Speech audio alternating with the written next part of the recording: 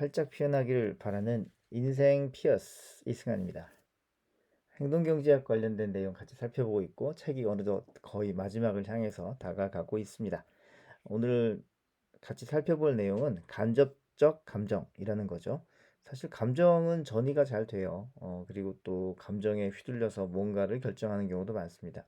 여러분 혹시 우울해서 뭐 쇼핑 갔다, 우울해서 떡볶이가 땡겼다, 우울해서 뭐 맛있는 거 먹으러 갔다, 이런 경험 있으시죠? 또 내 경험은 아닌데 누가 지인이 아프다, 지인이 뭐 장례식이 있다, 이런 얘기를 들었을 때 왠지 나도 우리 가정에 보험이 좀 필요하지 않겠냐 이런 생각한 적이 있을 거예요.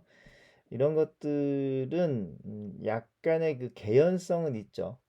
왠지 남들의 얘기가 나와 어느 정도 상관이 있을 것 같고, 그래서 그런 연유로 보험을 좀 더 들거나 그런 연유로 어떤 결정을 할 수 있어요. 개연성은 있는 거죠. 그런데 이게 논리적이냐? 그러면 또 꼭 그런 건 아니겠죠. 논리적인 것과 개연성은 조금 구분이 되어야 될 부분이기도 합니다.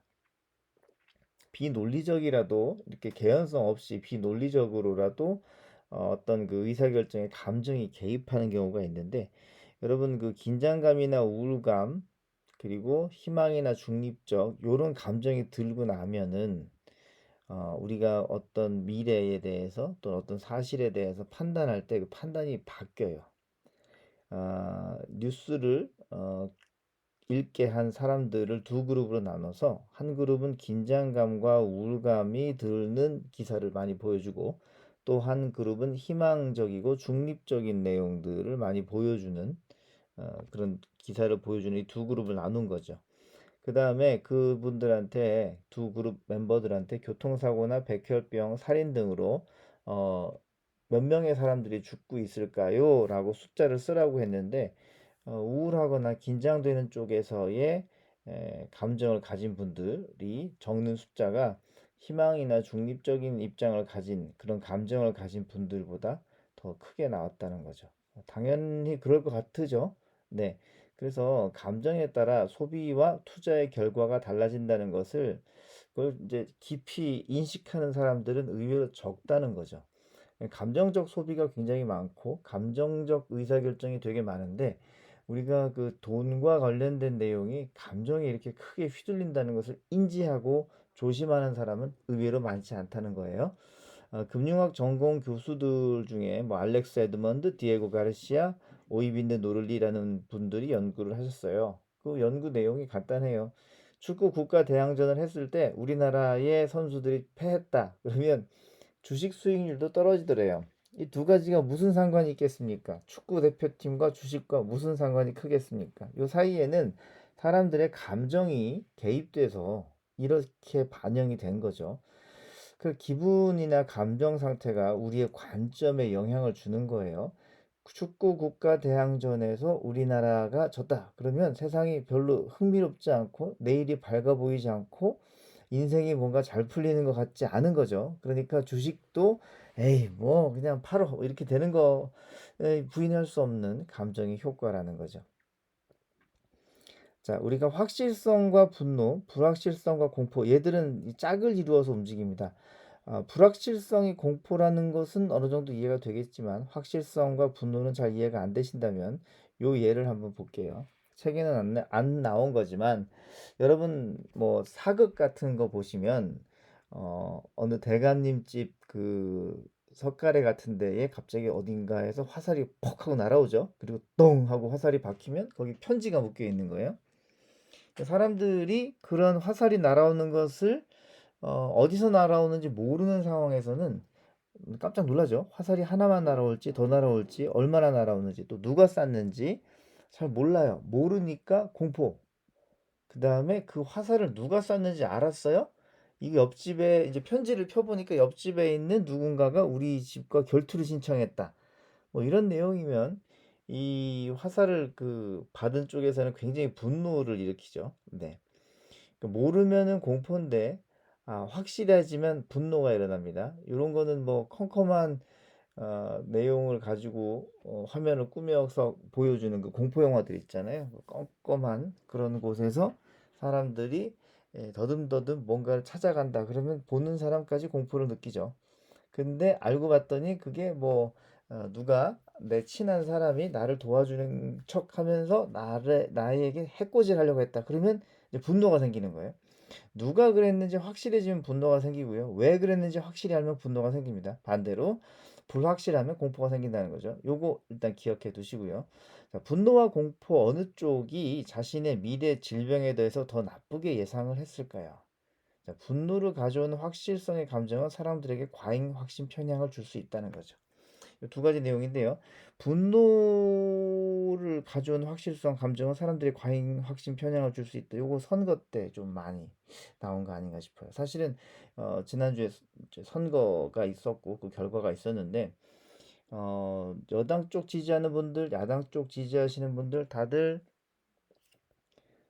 그냥 뭐 직접 본인들이 직접 확인한 내용들 아니죠. 뭐 뉴스를 통해서 오는데 그게 누가 그랬다라는 확실성을 막 양측에서 막 얘기를 하는 거예요. 그러니까 각자 지지하는 후보의 반대편이 확실하게 저걸 잘못했다라고 어, 어떤 그 정의 또는 지목이 되니까 유권자들이 막 분노를 하죠. 분노.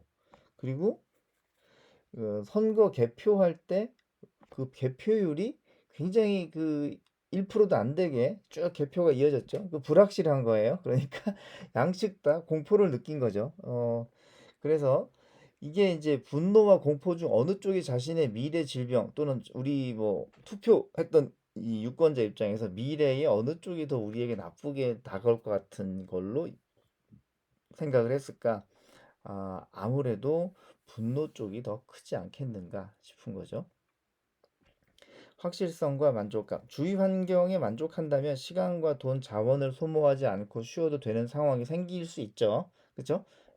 경제적 은퇴, financial retirement early 해서 금융적으로 일찍 은퇴하는 것들이 요즘 유행이죠. 근데 그렇게 되면은 어, 행동을 안 해요. 이제 은퇴하고 나서 매월 한 500에서 1000만 원씩 그냥 놀아도 들어온다고 하면 그냥 그대로 살려고 하죠. 안주해요. 그리고 행동하지 않는 행동, 무행동의 행동을 하게 되죠.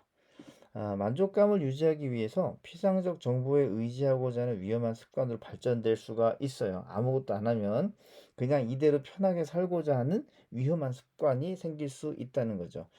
자, 이게 회사 이름을 사람들이 이제 뭔가 내가 편안한 것에 대해서 만족감을 너무 많이 느끼는데요. 이런 것으로도 우리가 행동할 때 오류를 많이 일으킵니다.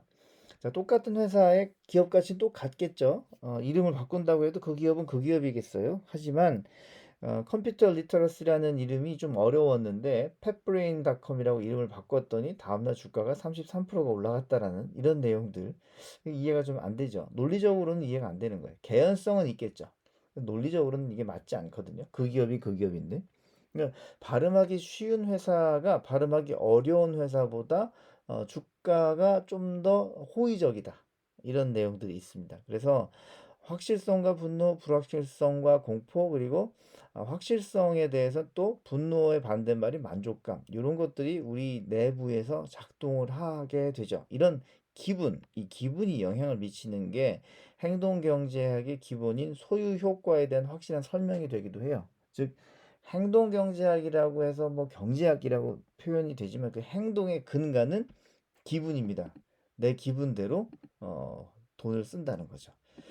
자, 이 사람들이 참 알 수 없는 내용들이 많이 있어요. 감정이 우리의 돈을 지배하고 있음을 인정하지 않을 수 없습니다. 자, 혐오와 슬픔 비교해 보자면요. 슬픈이 두 그룹을 만들었어요. 그래서 슬픔, 더러움, 중립 요런 그 내용들을 가지고 이제 그룹별로 테스트를 합니다. 혐오와 슬픔인데 더러운 건 우리가 혐오감이잖아요. 그래서 슬픔 한쪽 그룹에 이제 슬픔에 에, 영화를 짧게 보여줘요. 그 특정 장면, 영화 챔프에서 주인공의 멘토가 죽는 슬픈 장면을 보여줍니다. 또 다른 그룹에서는 이제 혐오, 즉 영화 트랜스포팅의 적나라하게 더러운 화장실 장면, 요거를 이제 또 보여준다는 거죠. 또 다른 그룹은 내셔널 지오그래픽의 산호초 영상을 보여줬대요. 그리고 이렇게 영화 관람하고 난 다음에 반은 판매자, 반은 구매자 역할을 하게 해본 거죠. 근데 그랬을 때 더러운 영상을 시청한 사람들은 중립적 영상을 시청한 사람들에 비해서 판매가, 입찰가 모두 낮아져요. 자, 파는 것도 별로 내키지 않고요. 사는 것도 내키지 않은 거죠. 혐오감이 있으면 사람이 이게 움츠러드는 거예요. 근데 반면 슬픈 영화를 봤잖아요. 슬픈 영화를 본 사람들은 판매할 때 가격을 에이, 낮춰줄게. 또 사는 사람 아이 그래 좀 더 줄게. 이래가지고 이 뭐랄까 거래가 잘 성립이 되더라. 이런 내용까지 있습니다. 그래서 사람들의 그 감정에 따라서 어떻게 내가 팔고 사고를 하는지 기억 못하는 사람들이 굉장히 많습니다. 그래서 투자할 때 워렌 버핏 얘기처럼 뭐 S&P 500에 꾸준히 적립식 투자하세요 라고 해도 못하는 이유가 이 감정에 휘둘려서 그렇거든요. 감정에 휘둘리지 않는다면 우리는 이렇게 뛰어난 포트폴리오를 선택할 수 있고요. 이 빨간 게 S&P 500이죠. 예, 이렇게 투자하시면은 15년 전에 만불 투자해서 S&P 500은 47,000불. 동일한 시점에 PS1 포트폴리오를 선택했다면 6만 불 정도의 수익을 낼 수 있었다라는 것이죠. 요즘 장이 안 좋았어요, 지난주에. 근데 금액 가중 수익률 18%, 연평균 수익률 13%라는 놀라운 성과를 낸 것이 환율의 역할도 있었고요. 또 제가 이 포트에 대한 관리가 좀 적극적으로 방어형으로 해놓았던 것들의 효과를 보고 있는 것 같습니다. 그래서 3월 11일자 업데이트를 해보자면 그 지난주 3월 4일 대비 다우존스는 마이너스 1.99, S&P 500도 마이너스 2.88, 나스닥은 마이너스 3.53%가 내렸어요. 안 그래도 내렸는데 또 내렸습니다. 그래서 미국 투자하시는 분들, 자 과연 이것이 저점을 다진 것이냐라는 의문도 많이 있으시겠지만 아직은 잘 모를 것 같습니다. 지난주에 이제 우크라이나하고 러시아하고 전쟁하는 통에 거기에다가 페드의 인플레이션과의 싸움에서 이 전쟁과 싸움의 이야기로 점철되는 것 같은데요. 덕분에 이 3대 지수가 이렇게 내려갔고요. 우크라이나 사태로 인해서 각종 원자재나 석유 가격이 상승하고 있죠. 그래서 골드만삭스는 이번 전쟁으로 유가 및 농산물 등의 원자재 가격 급등으로 미국 가계 실질 가처분 소득이 0.7%. 그러니까 미국에서 죄송합니다. 돈을 쓰려고 봤더니 물가가 너무 올라가지고 0.7%만 감소한다고 해도 소비가 많이 타격을 받을 것이다라고 얘기를 했는 상황이죠. 정말로 유가는 골드만삭스 입장에서 175달러까지도 올라갈 수 있지 않겠느냐라고 열어놓았는데요.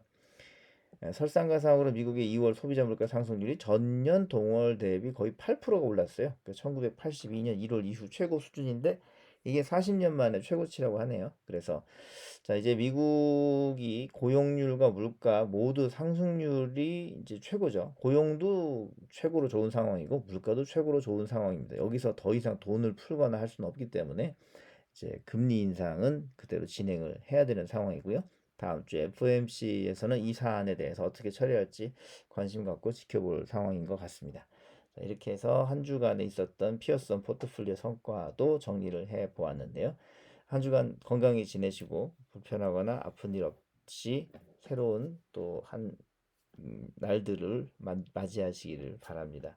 다음 주에 뵙겠습니다. 감사합니다.